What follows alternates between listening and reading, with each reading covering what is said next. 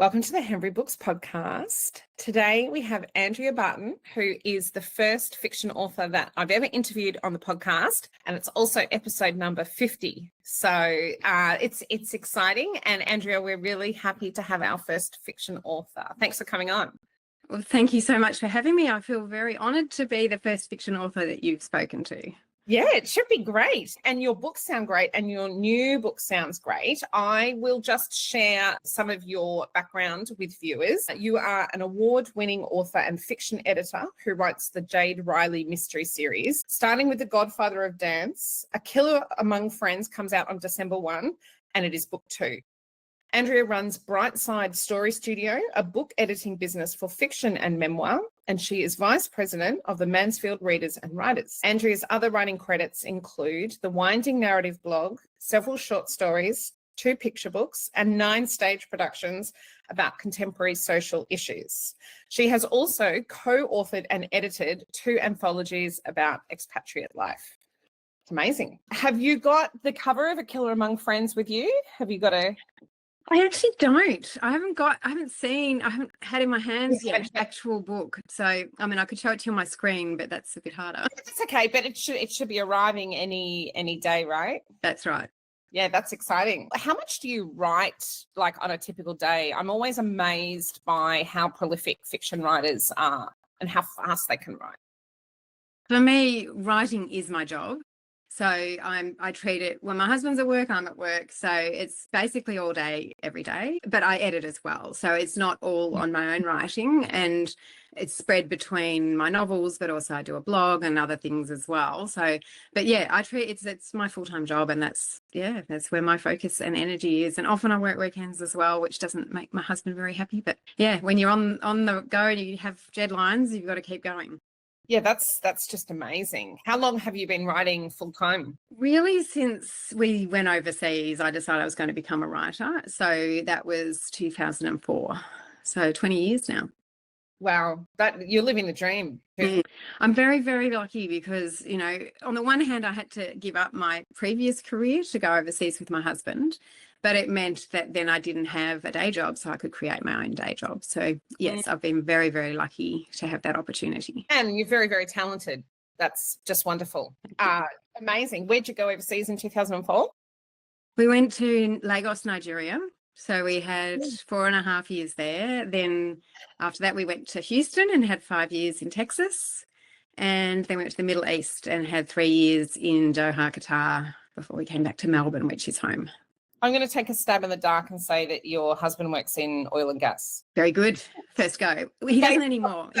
He's actually left. He's now kind of working more in renewables and other forms of energy. So many hours. Yeah. What an amazing creative backdrop for you. I've been very spoiled, very, very spoiled, and very, very lucky. How was writing the second book different from the first? Did you find yourself feeling more confident, or was it sometimes people get the wobbles because when a first book is very successful, there's added pressure? All of the above. It took me a long time to get my first book picked up. So I had actually written 4 books before I did get that first one picked up. So when it came to the second book, I already had a first draft. So I was making it part of the series. I had to do a whole lot of things for continuity, and I did a major, major rewrite. But I wasn't starting from nothing, which was lucky. So I think I had a bit more confidence because I did have that first book out there, but you also get that performance anxiety, like, you know, people are going to read this one and not like it as much as the first one. And, you know, how's that all going to play out? But yeah, you just keep going. Would that be your advice to someone who's suffering that right now, just to ignore those voices to a certain degree? I think you've just got to focus on the job. You just got to focus on your story and make it the best story that you can. When you're in that zone, you have to kind of, you know, all those voices are there. You've just got to kind of block them out and you just keep plowing ahead. Yeah. Okay. Yeah. What about setting a book? The first Jade Riley mystery was set in Houston, and this one is set in your hometown of Melbourne. Was it easier to have it set in your hometown where you spent longer? It's easier in some ways. So there are some things that you just know. You know the geography of the place, you know how everything's laid out.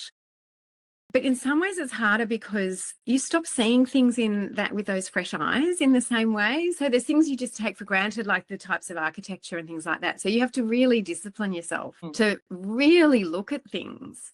Whereas when you move somewhere, like when I went first to Lagos, I really try to write all my observations down early, because you never see it again with those kind of virgin eyes, you know, that you're looking at things with a completely fresh perspective.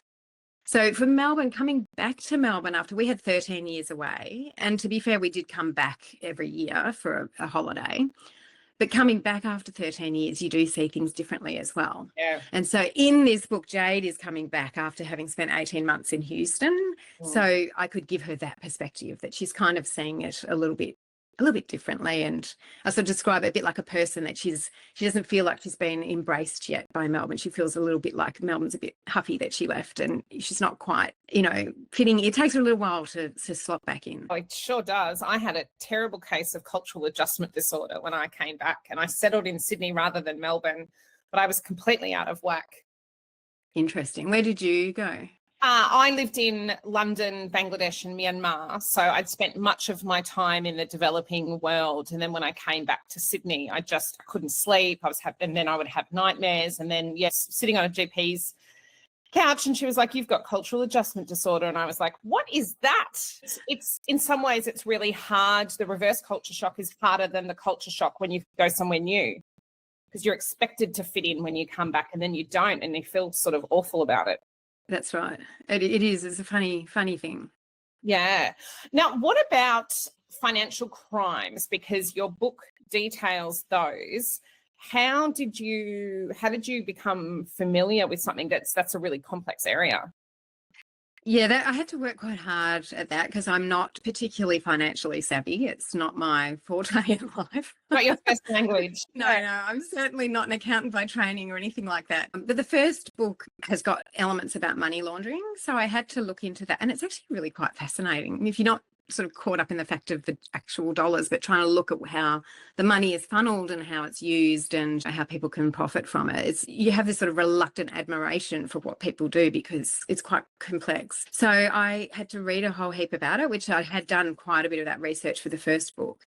And in the second book, I also add in insider trading. And for that, I had actually the best podcast, if you want to listen to it. It's called The Sure Thing, which is a series from the Australian Financial Review, and it's about Australia's biggest insider trading case. So somebody put me onto it, and I just got completely hooked hearing about how this case played out. So that was really great information for me and great research.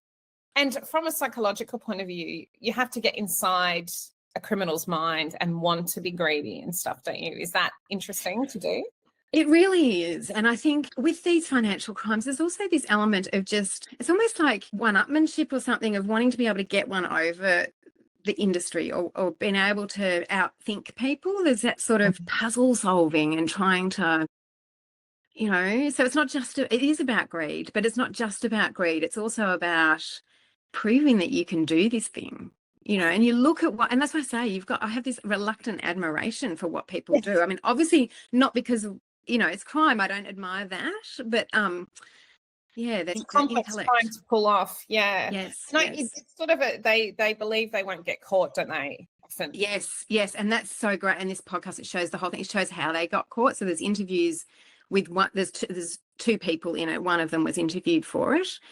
They also interview some of the people from the federal police, and, you know, there's different elements. They get different points of view. And so you look at how they knew this stuff was going down, but they could not get the proof to be able to do anything about it. It took them years and years and years. And they did get there in the end because they got greedy and they went back for more. Greedy. If they had have stopped, nobody ever would have got them, but they kept going. Wow, sounds amazing. Now, in your book, Jade shoots a gun. How did you learn about that?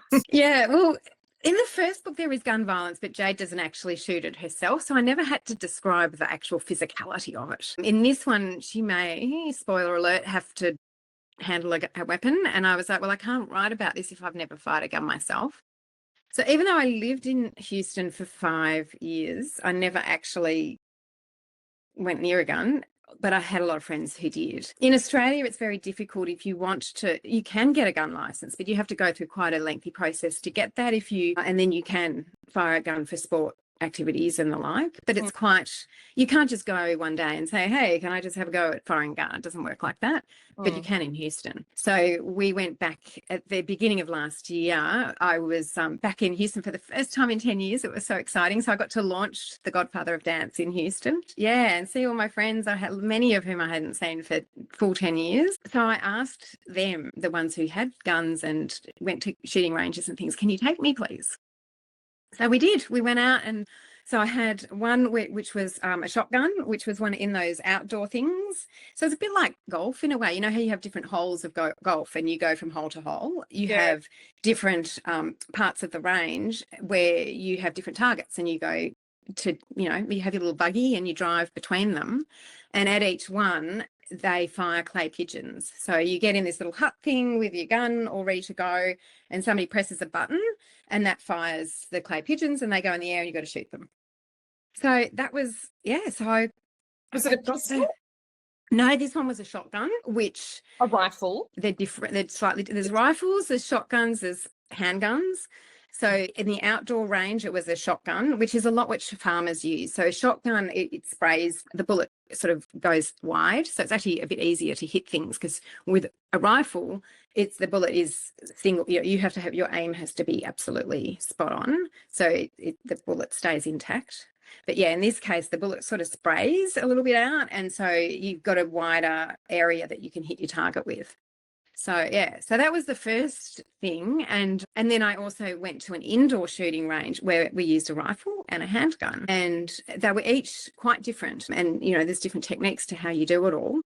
But the things I noticed as a writer that I've been able to incorporate into the writing is, one, when the bullet goes, you know, in movies, sometimes you kind of almost see the slow-mo thing of almost like you could see the trajectory of the bullet. No, it is so fast. You cannot see a thing. It's gone. Like, you just don't know where the bullet's gone. So that's frightening for a start. And then the other thing I wasn't expecting is, you know, they always talk about as evidence the cartridge, the bullet cartridge that's left behind.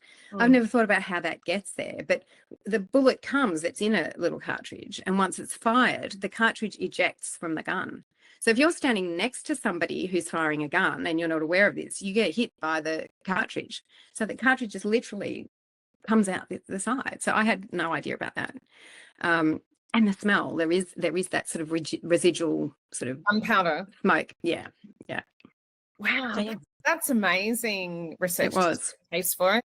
No, I found it really scary, actually. And especially, you know, you can't think, well, you know, this thing could backfire. And it's this sense of responsibility, like this overwhelming sense of responsibility. You know, if you're not paying attention, or it's so easy for things to go wrong. So no, look, I was really grateful to have had the experience, but I wasn't like, oh yeah, this is amazing, I want to go back and do it again. Right, yeah. I shot an AK-47 in Vietnam, you know, at the Coochie. It's like $1 a bullet, so you buy five bullets and shoot. And it was on a stand, but the kickback really hurt the shoulder, and it was deafening. You know, I've got this picture of me going, but you know, it's a sort of it's just so. Did they get you to wear? I had crappy headphones on. Yeah. But yeah, that's true. That's really striking, isn't it? It's so loud. Definitely. And the kickback, like you have to really wedge it tight against your shoulder. And even then, you know, even when you're expecting it, it's still massive, isn't it? Yeah, guns make me very nervous, very jumpy. I don't like seeing guns because I just feel that they are a disaster waiting to happen. Now, in your book, you have 2 points of view, Jade and Danny. From a craft point of view, for other writers who have got a couple of different points of view, what's your advice on how to pull that off in a really convincing way, and so it doesn't disjoint the flow of the narrative? This book, of all the books I've written, was the hardest for that. So for listeners, the first point of view is Jade. So Jade always has the main point of view in my novels. They're Jade Riley mysteries. So, of course, she has the main point of view. And I write her in third person. And then I add a second point of view if I need it. So in the first book, I needed it because that it's about a crime family, and I wanted to have insight into that crime family. So I couldn't do that from Jade's point of view. I needed somebody within the family to do that. So I chose Anton's sister, who was, back in New Orleans, and so it made sense to have her. I actually ended up adding a third point of view because there were some very powerful scenes. Didn't happen in Jade's point of view, they happened in Anton's point of view. So I added that. But in this novel, it was a time difference. So in that one, it was all still told chronologically. And it was just a question of when do you show what's happening in each place. But it's still pretty much the order is predicated by the order in which it happens. Where this novel, I've got 2 points of view. So Jade is still the main one. And then I needed to show the timeline when her best friend was still alive. So in the first novel, Jade's wound is the fact that her best friend had committed suicide. That happened 18 months before the first book, which is now 3 years before the second book. But the murder that happens in the second book gets linked back to things that happened with Elena, her best friend. And it's another one of their mutual friends that is murdered. Jade starts to wonder, was it really suicide or was it murder? So I really wanted to show Elena alive. At this point, she's already dead at the start of the book. And so you don't get a sense for her as a real character and a real person and all of that. So you can do sort of flashbacks and things like that. But I thought it would be more powerful to really show some of the things that happened back then that are influencing what happened now. So then I decided whose point of view to use. So I could have done Jade back then. I could have put it in Elena's point of view. Like there were a whole lot of choices that I had as an author about who you should choose. And in the end, I chose their mutual friend, Danny, who had a massive crush on Elena. So I thought it would just be a really interesting point of view that he's seeing her through these rose-coloured glasses. He's very protective of her. And so it just seemed to make sense to give him that voice back then. I had sort of the different points of view and the different things that happened, but of course there's not then an obvious spot of when in the present day narrative I should insert those past narrative bits. So I had a card, like an index card, with every scene in the novel or every chapter in the novel, which is nearly 50, with the title of the chapter and the point of view character and what timeline it was. So I color coded it all and ended up like having it all spread out on my bed and then moving things around to figure out, okay, no, if I put this here, then I can put that. So it was quite complex. But if you put it on your bed, what did you do at the end of the day? Well, what do you mean? I just you took the cards off, so you do. Yeah, I just kept them in order. So once I spread them all out, found the order, then I'll stack them away in order, and then I might come back and rearrange it. So I rearranged those cards. I can't tell you how many times. So if something wasn't working, and then when I went to my editor, she kind of didn't think things were working. So I actually took those same cards to a coffee shop, and we sat and we used a coffee table, and we put those cards out again, and it was like, well, I can put this bit here and there and that. Anyway, so hopefully. Did you get any did you take any photos or videos of that? I didn't, but I can. Maybe I should. The problem with it is it gives all the titles and it sort of tells what happens, so it's a bit of spoiler alerts. Well, but yes, but after the book comes out, those kinds of behind the scenes, I reckon that's amazing for readers to see. Or you could blur them. Yeah, there you go. I'll do that. Yeah. Yeah. Good idea. I've got someone I book coach, Craig Calder. He's got an epic post-it note wall. And I took a photo of him standing beside his post-it notes with all his chapter summaries. And our first fiction client, she writes everything on a mirror. And it's that's cool.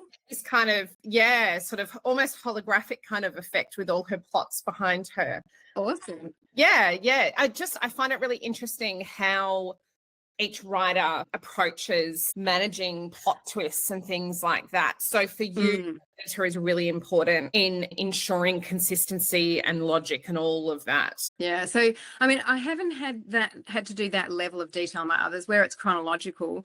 What I always have is a calendar of events. So as I'm writing the novel, like on Monday, Jade does this and Danny does that. And so I have all of those things out so that if I'm ever, hang on, did this happen before here or there? I've got just the headlines, just the outline, so I know and I can go back, and it really helps make sure that you get that consistency and you don't get yourself in a muddle. Yeah. What was your journey to publication like for your first and second book? Long. Yeah. It's never Very, very long. short and easy, is it? I don't think it is. And look, you know, you read out my sort of bio at the start. There were a lot of other things that I did along the way. But really, like 20 years I've been writing, and the ultimate goal was always a novel. But I got distracted by all these other things along the way, of course. So, you know, it's good when you're starting out as an author to do shorter form things as well, because a novel is such a big thing to do. But I've been very serious about this series for really 10 years now. So it's been a long, long time. And it's taken me this long to really figure out, you know, who Jade is, when the series should start, the order of different things. She started out as a psychologist. She's now a journalist. She started out, she was older and she had 2 kids. So she was already married and overseas. But now I've started the series when she was much, much earlier, much younger, and she's not married. And so that worked really well for the Godfather of Dance, because she had a dance partner and I could then kind of use a bit of a romance thread, you know, the will they, won't they kind of thing going on, which if she was married, that was much more challenging to manage. But what about completing the manuscript and then getting a publisher? So with this one, I wrote it. It was actually the third Jade book that I'd written, and the other 2 were being pitched, and you know how long it takes to get pitched. So I was writing this as I was pitching those ones, but they didn't get picked up. So then I had this one. It was like, well, you can't sell the third book in a series, you have to rewrite it. So I rewrote it. That's when some of those changes with Jade came into being, so that I could pitch it by itself. So I'd spent, you know, a year while doing other things drafting it. Then I spent another year redrafting it. And then I started pitching, and actually it got picked up quite quickly. I only went to about 10 publishers, the ones that I could go to directly, and it got picked up really quickly. Amazing. Who's your publisher? Yeah. It's Wings E-Press. They're in the US. Yeah, wow, fantastic. Oh, so you've got an American publisher. That must be amazing. Yeah, it is. They're not a very big publisher, so it's sort of very much an indie sort of experience.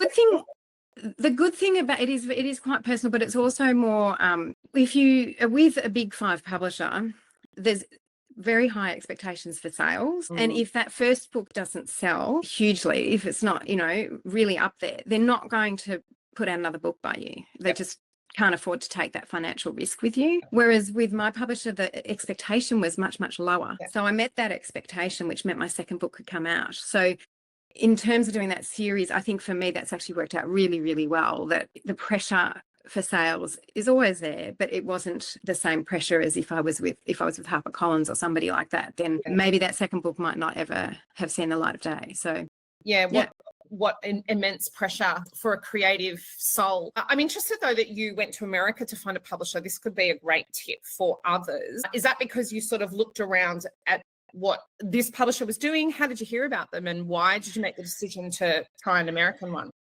The country issue is a really interesting one. So the first 2 books I pitched were based on countries I'd lived in. So the first one was set in the Middle East. The second one was set in Lagos. And some of the feedback that I got, you know, usually you get rejections and you don't get much feedback about why it's been rejected. But I did get a couple of publishers saying that Australian publishers particularly, they would prefer books set in Australia. They didn't want books set overseas. And so it's not to say that books overseas don't ever get published in Australia. Of course they do. But they were saying that, you know, you'd have a much better chance if it was set in Australia. I had the same feedback because my books are set in Myanmar and Asia. So totally get it. Yes. And so then this third book was set in Houston.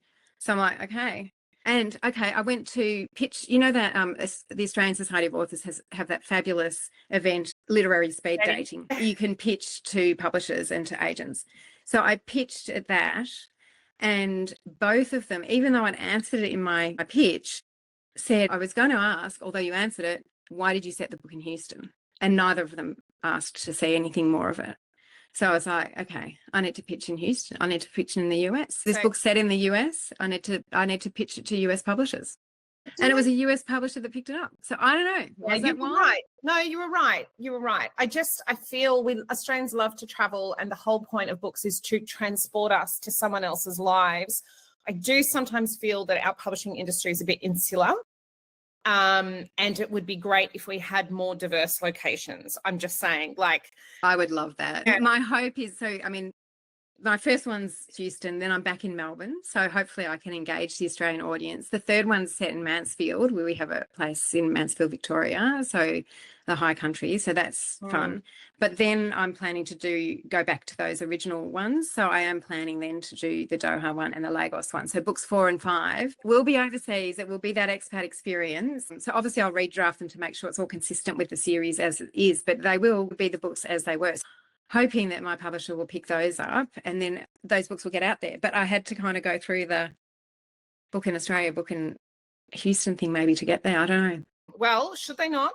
Hembury Books is here. We will publish your books. So you know very much. We've met now. Good to know. Good to know. You can have it back up. Now, your family connections have also shaped the narrative's theme of loyalty and protection. Why is this so important to you? Family, I grew up in a quite a close family. So family's just always been important to me. And then when I went overseas, we went as a family unit. So it was my husband and 2 young children. And as you know, you've lived overseas, you're away from your extended family, you're away from your friends. So you become much more dependent on that little unit that you go overseas with. So of course you make friends where you are, but you're very dependent on that nuclear family. So I was lucky to go with my families. The 4 of us were together, but we were very close, very, self-sufficient in a way. So I think that maybe has amplified that need that, family is key and is important. I guess it's just one of my core values. And so it does filter into what I write. The Godfather of Dance is a lot of family stuff, a lot of family drama. It's with a crime family, so it's all got a bit of a twist. So all the morals and everything are all a bit convoluted. Awesome. And in A Killer Among Friends, because Jade's back home, you get to actually meet her family. So you meet her mother and her father. And Gina in particular, her mum, is a very out there, bubbly, gregarious character. So she was a lot of fun to write. Her father's much more sort of solid and protective. But yeah, there are actions that they take that play into the narrative as well. Fascinating. Do you have, for Jade, do you know what she looks like? Do you have her as an avatar or something? Or with a lot of these things, I try to base it as much on things that are real life as possible so that I don't have to remember stuff or have, copious notes. So she's basically kind of my height, my hair. She's got my sister's eyes. My sister's got these gorgeous eyes that are kind of blue when she's wearing blue and green when she's wearing green. It's fine. That's what you've got. Yeah, with an orange. There you go. You have jade eyes. So so there's certain things like that I've sort of picked up that you pick and choose from, real life. So you kind of have this image in your head. So yeah, like Natalie Portman or someone like that. So as you're writing, you can see Jade. Do you construct her in a physical way or do you visualize her in your mind?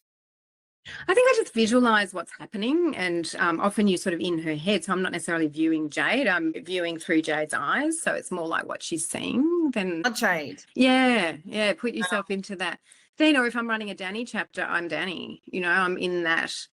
You put yourself right inside that person's point of view, and you're seeing life through their eyes, and you've got to try to think about, well, this whole thing of him being massively in love with Elena, how does that change the way he views Elena? Of course, he's going to see her as this glorious, amazing character. And yeah, so you've got to make sure you put those filters on as you're writing that character. I also wanted to ask, you don't write under a pen name, you write as Andrea Barton. Was that a deliberate choice? When I first started writing, like all my early work is under the name Jo Dammer. Okay. And I think at that stage, I wasn't quite sure what I was writing. Some of it might have sort of been a bit romancy. There might have been a few sex scenes and stuff. And my kids were little, and I'm thinking, oh my gosh, they'd be so embarrassed of their mother. So I need to have like this little bit of a distance. Mum. I don't know about that. I think there's a bit of a loopy mum. But yeah, so I kind of thought I'll just let them a little bit of space. By the time I actually got it out here, they're in their 20s now. They don't care. They're quite happy, and I'm proud. Actually, my kids are a huge help with plotting my novels. My older son, Matthew, in particular, is very, very creative. And so if I'm having a plotting issue or something, Matthew and I'll go for a walk and I'll say, okay, he knows all the stories already, so I don't have to give him the background. But this has happened, this has happened, this has happened. So how do I get to there? Because this isn't making sense, and we'll nut it out together. That's so beautiful. Here's my secret weapon. Is he a writer as well? He's not. He's a computer scientist. So no, he's a software engineer. Okay. So what's next for your books? So the next one is the Mansfield one. So that's book 3. So the basic pitch of that is Jade's parents have moved up to Mansfield. They're away for a couple of weeks. So Jade and her boyfriend go up to house sit for a couple of weeks. And she's writing a piece about the local dramatic arts society, the theatre society. So she organises a dinner to interview a bunch of people. Wakes up the next morning. So the first scene is the next morning. She wakes up. She looks out at the front paddock of her parents' property. There's a dam in the front paddock, and it's like there's something lying in the dam. She looks through a telescope, and there's a man lying face down in the dam. So she goes flying down, figures out, who it is that's dead. So that's the next mystery. Wow, awesome. Okay, terrific. Did you say you're planning 6 books in a series? Do you plot out the books the way you plot out the plot within each book? Or do you don't know where the series will end? I've got already, because I had already written those books before, obviously I already know what's happening in those 2 books, so I wouldn't normally write in that order. And the way I write my books, because my writing has evolved so much, has changed as well. So now when I'm plotting, like, say, The Man in the Dam, I will sit down and I will look at who the murder victim is.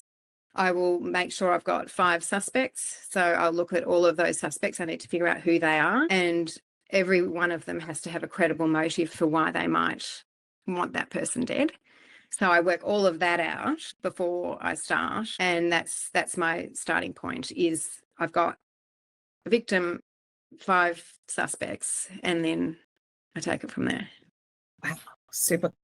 It's been fascinating talking to you, Andrea. Where can people find your books, and what's your favourite social media platform for connecting with people? So to find my books, you can ask at any local bookstore. You'll have to probably get them to order it in, but they can order it in. It's available for pre-order now. So you just need to go and ask, and it's on the platform that you'd be familiar with, which Lightning Source is the local thing for Ingram Spark in Australia. So they can order it through that. It will be up on Amazon. It's up on all the ebook platforms at the moment. So it's available for pre-order on all of those, and it will be out on the 1st of December. So for some reason on Amazon, they haven't got the paperback available for pre-order, but that will be up on the 1st of December. Amazon does not do pre-orders for paperbacks. I think in case the paperback never materialised and people have paid money, there could be some issues. So they only do it for ebooks. But because Ingram supplies to Amazon, you will find your paperback listed for like $48 or something, because they whack on the US shipping charges. So sometimes my authors are like, why is my book price crazy high? It's just a kind of awkward thing between them. Yeah. Do you have a website as well? I do. So yes, I'm just Andrea Barton author, and that's on all of my website is that.com. And on Instagram and Facebook, I'm Andrea Barton author as well. So you're all the places. Okay, amazing. Yes. Well, thank you very much for talking to me for our 50th episode, Andrea. Well, thank you so much for having me. I feel very, very honoured and privileged to be here.